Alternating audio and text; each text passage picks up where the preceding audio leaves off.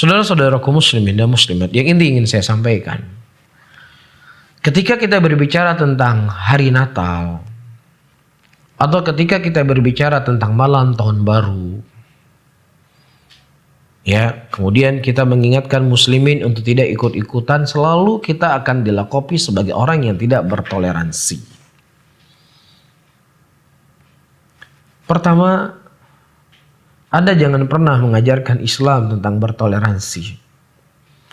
Islam adalah agama yang sangat bertoleransi.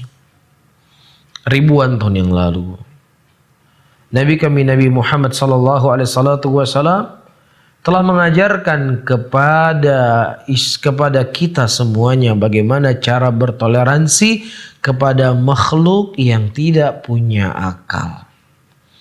Bagaimana kita berinteraksi dengan mereka. Bagaimana kita menjaga hak-hak mereka. Rasulullah sallallahu alaihi wasallam menyebutkan dalam hadisnya, "Inna Allah kataba ala kulli syai'in. Fa idza qataltum fa asinu qitlah, wa idza dabahtum fa asinu dzabha. Falyuhidda ahadakum syafratahu wal yurih dzabihata." Sesungguhnya Allah telah mencatat segala sesuatunya. Dan apabila engkau hendak membunuh, maka bunuhlah dengan cara yang baik.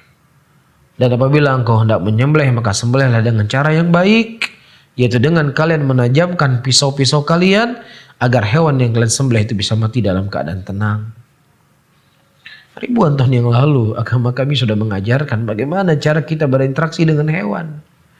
Kalian yang katanya paling bertoleransi, kalian yang katanya paling menyayangi binatang, cara menyembelih binatang saja kalian tidak pintar, tidak ngerti.